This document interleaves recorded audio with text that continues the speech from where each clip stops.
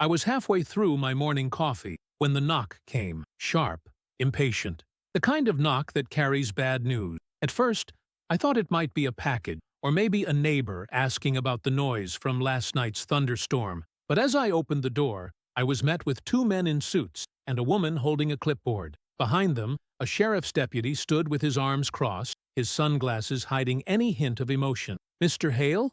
the woman asked. "Yes, you're being served. This property has been repossessed due to foreclosure proceedings initiated 6 months ago. You are hereby required to vacate the premises within 72 hours. My stomach dropped. "What? That's impossible. I own this house. I've lived here for over 15 years. There must be some mistake." The man on the left stepped forward. "Sir, the foreclosure is final. You failed to respond to multiple notices." I felt the blood rush to my face. I had seen letters from the bank, but I thought they were errors, spam. Ever since the divorce, my mailbox had become a battlefield of reminders and threats. I'd ignored most of them, thinking they couldn't touch what was mine, but apparently they could. My ex-wife, Danielle, had walked out 2 years ago, taking her things and leaving me with the house, the mortgage, and the silence. We had bought the place together, but when she left, she insisted I keep it, out of guilt. I now realized she must have stopped paying her share ages ago.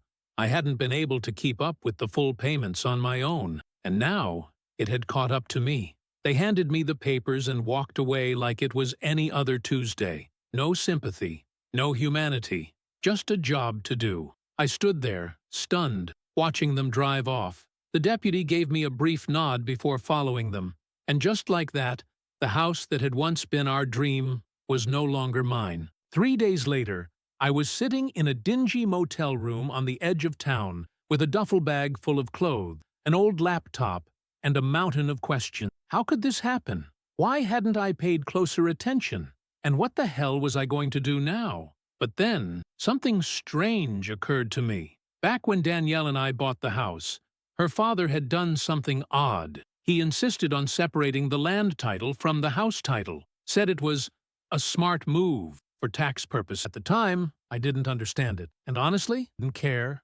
I was in love, signing paperwork, and planning barbecues in our future backyard. But now, that detail lit up in my brain like a flare in the dark.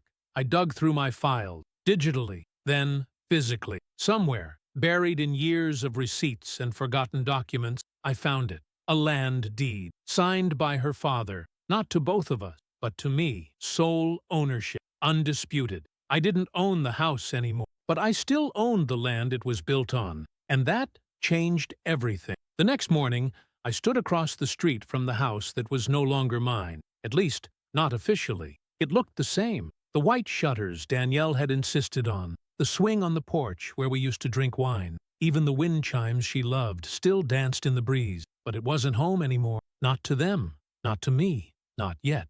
And yet, beneath it all, the dirt, the rock, the very foundation, that was mine. I owned the land. That meant whoever took the house had a serious problem they hadn't realized. The law was tricky. Ownership of a house didn't always equal ownership of the land. And because of that quirky paperwork move Danielle's father had made, bless that manipulative old man, I had something far more valuable than I ever realized. I needed a lawyer, but not just any lawyer, a mean one, the kind that smelled blood in the water. I found him in a dusty office above a pawn shop, a guy named Eric Vargas, reputation, pitbull. His desk was covered in half-eaten takeout containers and legal pads filled with chicken scratch. When I laid out the situation, he leaned back, hands behind his head, and smirked. "They bought the house, but they didn't buy the dirt?" he asked. I nodded. "Jesus, that's dumb. Can we do something about it?"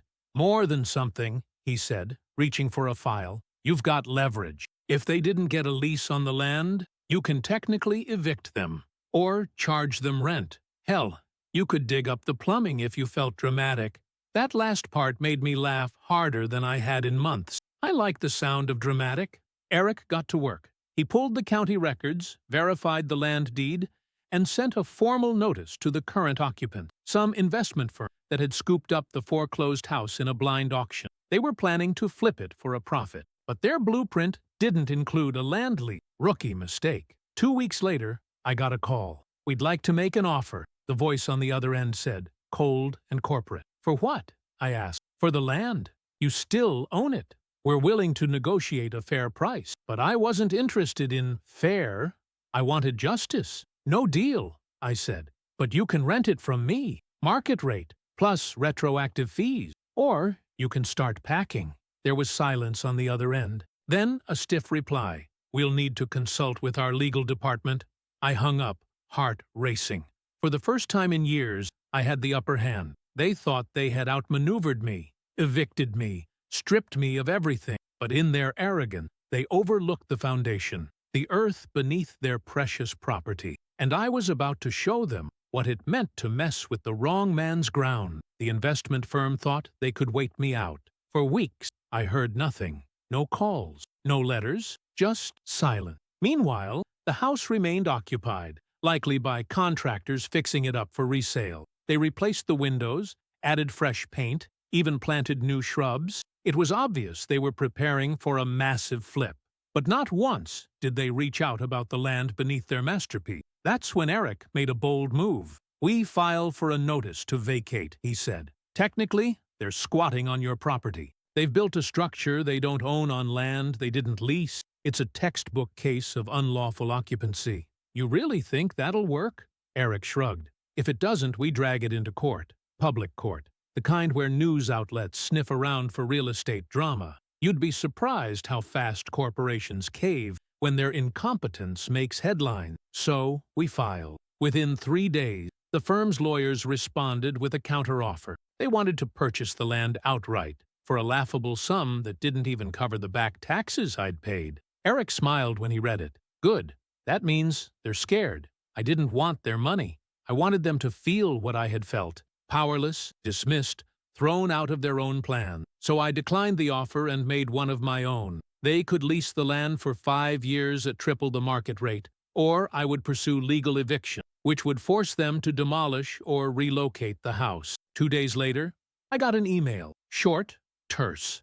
"We accept your terms." Just like that, the people who had kicked me out were now paying me every month to remain on the land I owned. Every dollar they put into renovations, now indirectly lining my pockets. But that wasn't the end. With the lease in place, I started to dig deeper into the firm, their records, and their investor. And that's when I uncovered something that made my stomach twist. One of the managing partners on the acquisition team was Danielle, my ex-wife. She hadn't just walked away and left me with a financial mess. She had targeted the house. She had helped orchestrate the foreclosure. And then, through her firm, they bought it for pennies, knowing I'd be too broken to fight back. But she didn't know about the land deed. I stared at her name on the PDF, jaw clenched, fingers trembling. This wasn't just business. This was personal. And now, I had something better than revenge. I had control, and I wasn't done yet. It took a few weeks to confirm what I had discovered. Danielle was indeed one of the silent partners in the investment firm that bought my house. Not just a name on a document. She was involved. She'd always been clever, calculated, the kind of person who could smile while sticking a knife in your back. But I never thought she'd go this far. I set up a meeting under the pretense of negotiating a lease revision.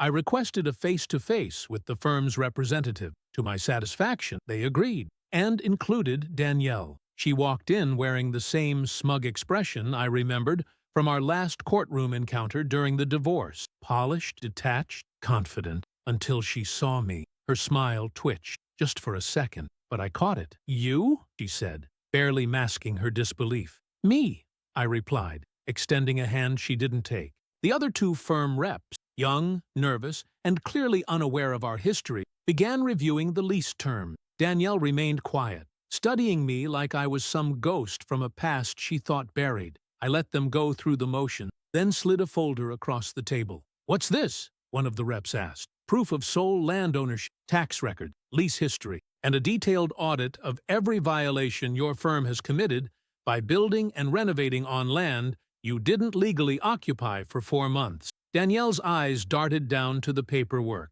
"I could file a civil claim," I continued, "seek back rent with interest, or even push for demolition if you break a single clause in the lease." The room fell silent. I leaned forward. "You didn't check the deed, Danielle." You thought you won. You thought you'd humiliate me, take everything, and walk away clean. Her jaw clenched. This was never about you. Then why are you sweating? She didn't respond. I stood. From now on, you pay me. You work for me. Every nail you hammer into that house is another cent in my pocket. Every dollar your firm makes from the sale. Less, because of the lease I control. That house you stole? It's built on my terms now. One of the reps cleared his throat. We can renegotiate if necessary. No need, I said, keeping my eyes on Danielle. I'm comfortable with the current arrangement, and I'll be watching closely. As I walked out of that conference room, I didn't feel angry. I felt liberated. For the first time in years, I wasn't the one left picking up the pieces. Danielle had tried to play chess with my life, but she forgot one thing. You can't win the game when the board itself belongs to the other player. And now, I owned the board. The house remained standing, for a while anyway. The investment firm, now fully aware of their mistake, completed the renovations and tried to list the property. But the listing came with an awkward footnote. Land lease required. Contact owners separately. Every potential buyer asked the same question. Wait, you don't own the land? Most walked away. The few who stayed tried to negotiate a lower price. The firm's profit margin shrank to almost nothing. Every month they held on to the property. They paid me. Every delay, every inspection, every open house that led nowhere, it all cost them. And I made sure Danielle felt it. Quietly, strategically, I let the lease terms tighten. I included clauses they had missed. Maintenance fees, penalties for unapproved modifications, strict usage limits. One by one, their plans fell apart. Eventually, they sold the house at a loss. And when the new buyer came to me, I was ready. I'd like to offer you something, he said during our first call. What if we partner up? You contribute the land. I bring in capital. We tear it down and build something new.